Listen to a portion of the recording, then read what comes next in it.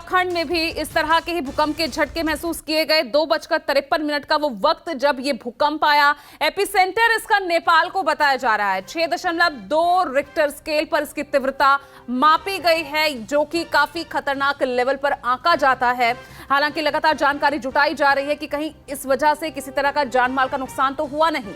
तो ऐसे में जानकारी लगातार जो टीम लगी हुई है सीस्मोलॉजी डिपार्टमेंट की, वो इसके कारण जानने की लगातार कोशिश कर रही है। लेकिन काफी भूकंप जो कह सकते हैं तेज झटके थे, कई सेकंड्स तक महसूस किए गए और इसका असर इतना दिखा कि लोग अपने घरों से बाहर निकल कर आ गए।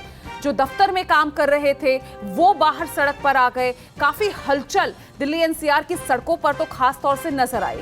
ना सिर्फ दिल्ली एनसीआर, फरीदाबाद, गुड़गांव, पश्चिमी यूपी का कई ऐसे इलाके हैं जहां पर भूकंप के ये तेज झटके महसूस किए गए हैं। और सिर्फ दिल्ली एनसीआर ही नहीं, उत्तराखंड तक जो है भूकंप के ये तेज झटके महसूस किए गए हैं। हालांकि 6.2 इसकी तीव्रता रिक्टर स्केल पर मापी जा रही है, जो कि अपने ही स्तर पर काफी ज्यादा है। और दिल्ली जो कि जोन 4 में आता है और इस पैमाने का, इस तीव्रता का यहाँ पर भूकंप आना बेहद खतरनाक हो सकता है। ऐसे में जो कौतूहल का जो हलचल है वो सब हमें इस बीच देखने को मिली है। और प्रशांत देव का मैं रुख कर लेती हूं, सीधा मेरे साथ दिल्ली से ही जुड़ रहे हैं। प्रशांत देव का मैं रुख करूंगी इस बीच न्यूज रूम से। प्रशांत गुप्ता हमारे साथ लगातार बने हुए हैं। तो प्रशांत, मैं समझना चाहूंगी, अगर दिल्ली में इतनी तेज भूकंप के झटके आते हैं जो कि खुद ही जोन 4 में आता है, खतरनाक जोन में आता है, इसके क्या मायने निकालें? देखिए, ऊंची ऊंची इमारतें हैं, बहुमंजिला इमारतें हैं दिल्ली एनसीआर में। खास तौर से गुड़गांव की बात करें, हम नोएडा की बात करें, दिल्ली की बात करें, चाहे सरकारी दफ्तर हो या फिर रिहायशी इमारतें, अगर इतनी तीव्रता का भूकंप का केंद्र यहाँ पर अगर कभी भी आ गया भविष्य में, तो आप ये समझ लीजिए कि तबाही का वो मंजर देखने को मिलेगा कि शायद हम आने वाली कई पुश्तें उसको देखकर, उसको सुनकर सिहर उठेंगी। क्योंकि इतनी बड़ी आबादी है, 2 से 3 करोड़ की आबादी दिल्ली की है।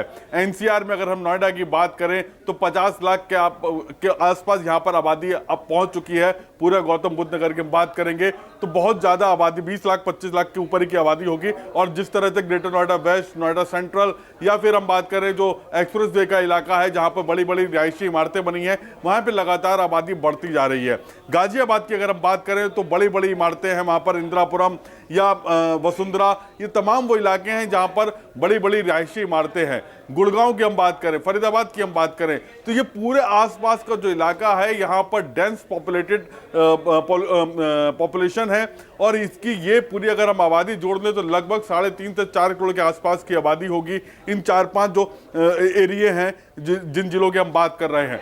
तो ऐसे में अगर यहाँ पर इस तीव्रता का भूकंप अगर आता है तो ये तबाही बहुत भयानक हो सकती है, बहुत भयावह स्थिति बन सकती है। हालांकि जो बहुमंजिला इमारतें बनाई जाती हैं उसमें कई सारे पैरामीटर्स को फॉलो किया जाता है। जो राफ्ट बनाई जाती है, नींव खोदी जाती है, जिसको हम अगर बात करें तो 25 फुट से लेकर 30 फुट तक की राफ्ट होती है, जिसमें माना जाता है कि आसपास के तीव्रता के भूकंप को वो इमारतें झेल सकती हैं, उनको बर्दाश्त कर सकती हैं। लेकिन जिस तरह से लगातार भूकंप आ रहे हैं, अगर हम बात करें तो इसी साल में ये तीसरा भूकंप है। 21 मार्च 2023 को मुझे आज भी याद है कि रात में मैं अपने बेड पर लेटा हुआ था और लगभग 9:15 बजे के आसपास का समय था और अचानक से इतना तेज झटके महसूस हुए कि मैं घबरा के, मैं 7th फ्लोर पर रहता हूं, और मैं घबरा के नीचे की तरफ भागा ग्राउंड फ्लोर पर और देखा तो मेरी सोसाइटी के तमाम लोग अपने अपने टावरों से निकलकर ग्राउंड में थे। और हम अपने दर्शकों को ये बताना भी चाहेंगे कि अगर आप ऊंची इमारतों में रहते हैं तो अगर इस तरीके के भूकंप के झटके आए तो आप तुरंत अपने घरों से बाहर निकलें, बाहर खुले मैदान की तरफ जाएं और इस दौरान कभी लिफ्ट का इस्तेमाल ना करें, सीढ़ियों का इस्तेमाल करें। क्योंकि अगर ये भूकंप के झटके लगातार आते हैं तो ऐसे में इलेक्ट्रॉनिक इक्विपमेंट्स खराब होने की संभावनाएं बढ़ती हैं। तो ऐसे में सीढ़ियों का इस्तेमाल करना चाहिए और सीढ़ियों का इस्तेमाल करके तुरंत खुले मैदान में पहुंचे। तो ये आमतौर पे ये एक स्टैंडर्ड एसओपी है जिसके तहत में लोगों को रिएक्ट करना चाहिए। अगर इस तरीके के, जो आपका सवाल था पूछा कि अगर ये लगातार इस तरीके के भूकंप अगर आते हैं तो ये कहीं ना कहीं हमें एक खतरे का आगाज है हमारे लिए। दिल्ली एनसीआर काफी डेंस पॉपुलेटेड एरिया है, पूरी काफी ज्यादा यहाँ पे पॉपुलेशन है, तो ऐसे में हम सभी लोगों के लिए ये खतरे की घंटी है। बिल्कुल, और रूल्स बना तो दिए जाते हैं लेकिन कितना उनको फॉलो किया जा रहा है ये जो है सवालों के दायरे में आ जाता है। प्रशांत, ऐसे में आपसे समझना चाहूंगी, हम देख रहे हैं एक पैटर्न सा बन गया है। प्रशांत देव, आपका मैं रुक कर रही हूं क्योंकि एक पैटर्न सा हम एक नोटिस कर रहे हैं कि साल दर साल बैक टू बैक एकदम से भूकंप के झटके आना शुरू होते हैं, तो बैक टू बैक वो रियलाइज होते हैं, कभी इस स्टेट में तो कभी दूसरे स्टेट में।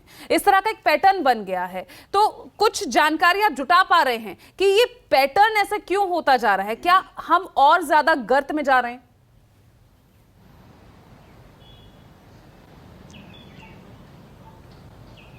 देखिए, इस पे बहुत वैज्ञानिक विश्लेषण चल रहा है, बहुत इस पे काम हो रहा है। अभी स्थिति यह है कि जैसे ही आता है वैसे ही हमको पता चल जाता है।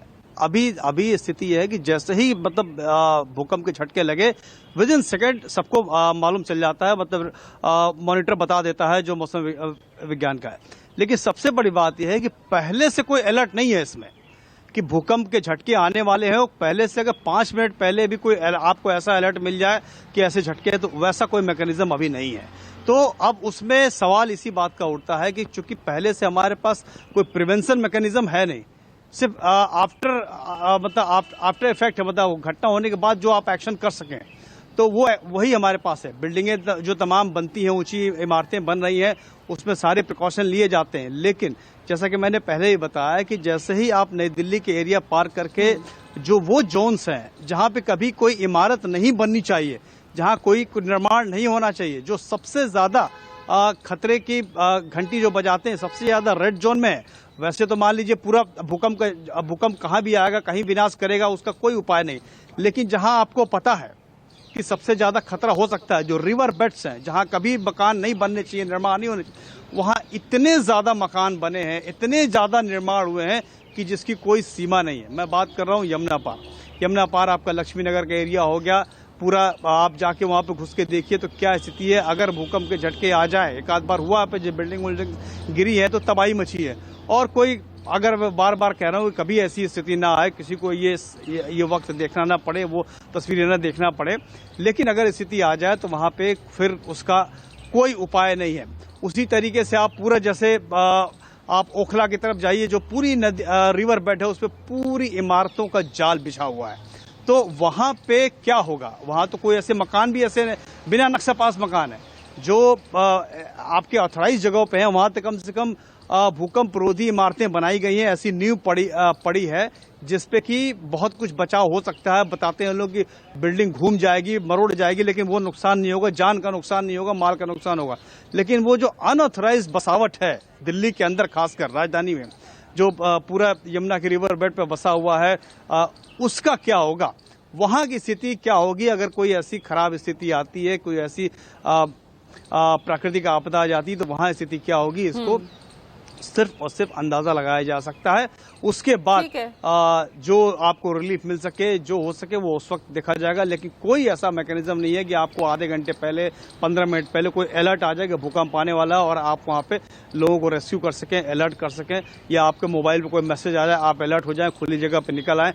जो ऐसे जिन बसावटी जगहों की मैं बात कर रहा हूँ, भूकंप को आप बता भी दीजिए और सबको इवैक्यूएट करने की कोशिश कीजिए, तो वही भगदड़ मच जाएगी और दूसरा स्टैम्पेड हो जाएगा अगर लोगों को मालूम चल जाए।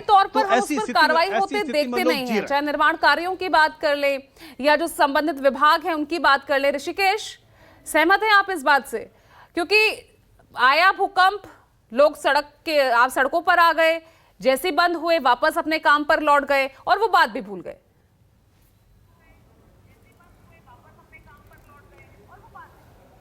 और देखिए, इस बीच एक बड़ी खबर है, पहले वो आपको बताते हैं। दोपहर 2:25 पर पहले भूकंप के झटके महसूस किए गए हैं। 1 घंटे में नेपाल की धरती 4 बार हिली है। सोचिए कितना बड़ा खतरे का ये संकेत, कितना बड़ा अंदेशा आप लगा सकते हैं इससे अंदाजा।